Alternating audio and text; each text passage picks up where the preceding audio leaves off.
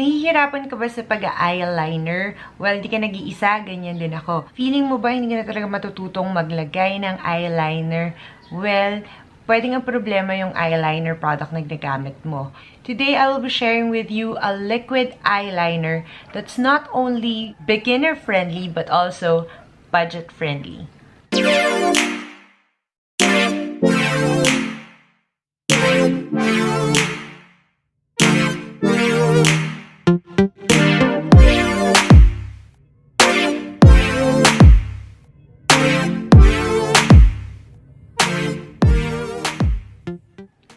Hello everyone, Myra here and welcome to another video. Today, ang pag-uusapan natin is eyeliner. Liquid eyeliner to be specific. Today, I will be sharing with you a product that I've been loving lately.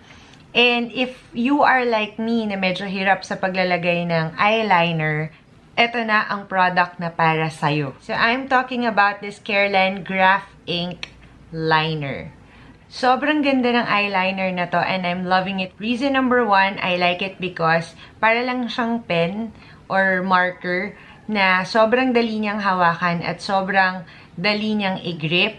So, pag naglilinya ka ng line sa iyong eyes, madali mo lang siyang mahawakan tong product na to. You have optimum control over this product kasi madali lang siyang hawakan. So, reason number two is that sobrang nipis nung kanyang felt tip applicator. So, medyo mahaba siya at manipis yung dulo niya.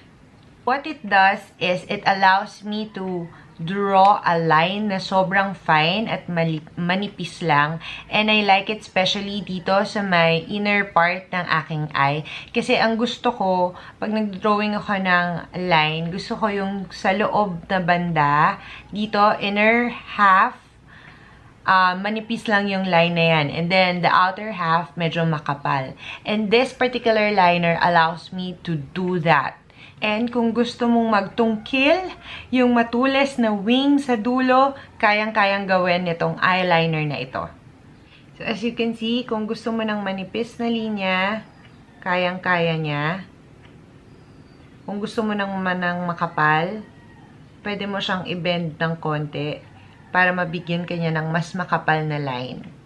Manipis, just the tip touching my skin, and then a little bend para maging makapal yung line. Another thing na gustong-gusto ko dito sa liner na to is that basang-basa yung dulo niya. So you can see, tip lang yung i-touch ko, pero basang-basa itong liner na to. Hindi mo kailangang diinan ng husto. Very, very light pressure lang, pero magkukulay kagad siya. That is especially important for me. Especially ako na gusto ko yung manipis lang na linya. Kasi nga, gusto ko, tip lang yung magta-touch dun sa inner part ng eyes ko. Kasi manipis na linya yung gusto kong i-create. And etong eyeliner na to, since basang-basa siya sa dulo, kayang-kaya niyang i-drawing yung line na yon. Hindi mo kailangang i-DN para makuha mo yung ink. Tip pa lang, kuhang-kuha mo na. Another thing is that hindi siya natutuyo agad. Yung iba kasi, pag inopen mo, tapos naglinya ka, kailangan medyo mabilis ka. Kasi after a while, natutuyuan na yung felt tip applicator niya. Kailangan mo isara ulit, tapos isa-shake mo para bumagsak ulit yung ink.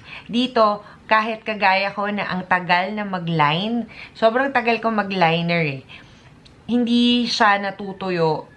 Yung tip niya, kahit ang tagal kong maglinya, hindi siya agad natutuyo. Isa pang problema ng mga beginner sa paglalagay ng eyeliner is that yung pag naglagay ka ng linya tapos gusto mong balikan o gusto mong ulitan kasi gusto mong mas ma-perfect yung line or gusto mong mas kapalan pa yung linya na ginawa mo, dito sa eyeliner na to, pwedeng-pwede mong gawin kasi hindi siya ganon kabilis mag-set.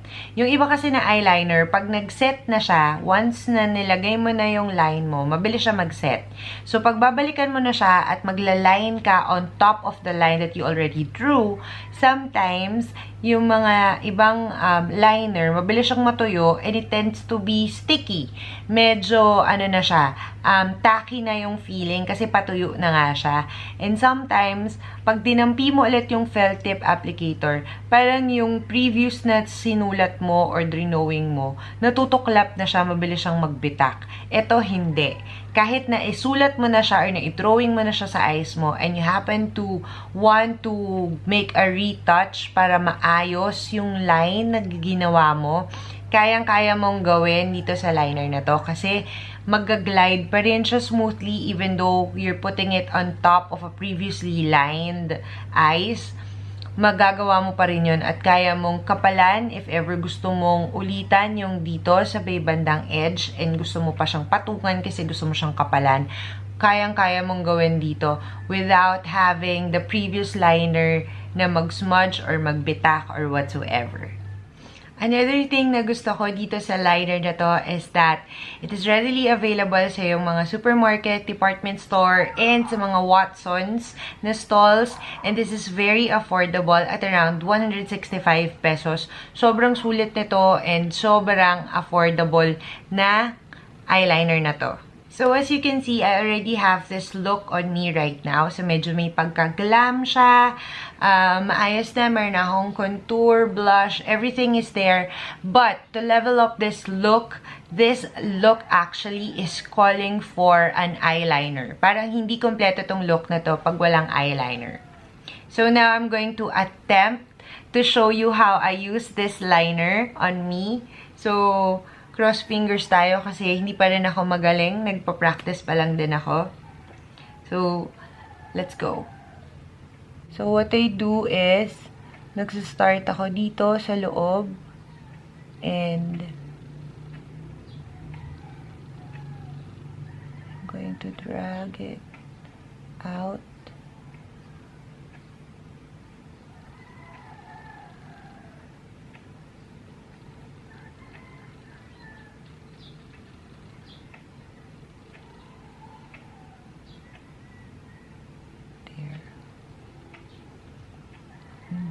Maglalagay ako ng maliit na wing.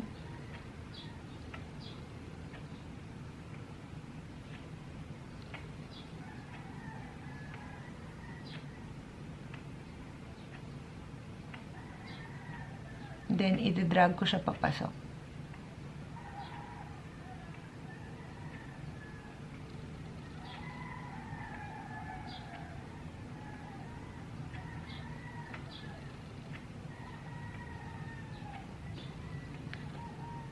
There you go. So, there you go. Liner on my eyes. I hope you enjoyed this video. If you did, please give this video a thumbs up and also do subscribe to my channel if you still haven't. Ring mo na rin yung notification bell para hindi ka makamiss ng mga videos ko. And also, you may follow me on my other social media accounts. I'm Myra Paneda on Facebook, Twitter, and Instagram. Again, thank you so much for watching, and I hope to see you again on my next video. Bye! Hey, no, no, no.